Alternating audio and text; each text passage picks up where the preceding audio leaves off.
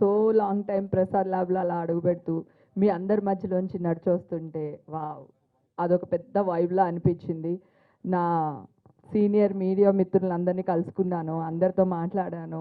చాలా చాలా సంతోషంగా ఉంది. ఆల్రెడీ మీరు చూసారు కదా, ఇప్పుడు ట్రైలర్ చూసారు ఎంత బాగుందో. మాకే చాలా ఆనందం అనిపించింది ట్రైలర్ చూస్తే.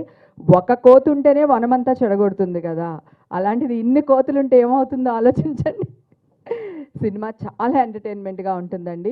ఈ మధ్యన డ్రమ్ముల కాస్ట్ ఎక్కువైందంట బంగారానికంటే కూడా. లేడీస్కి బంగారం అంటే ఎంత ఇష్టం ఆలోచించండి. బంగారం కూడా కొనడం మానేసి డ్రమ్ములు కొంటున్నారంట.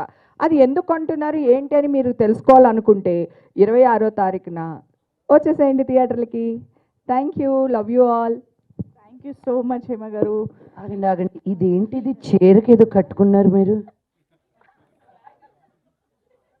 దీన్ని స్వాగ్ అంటారండి.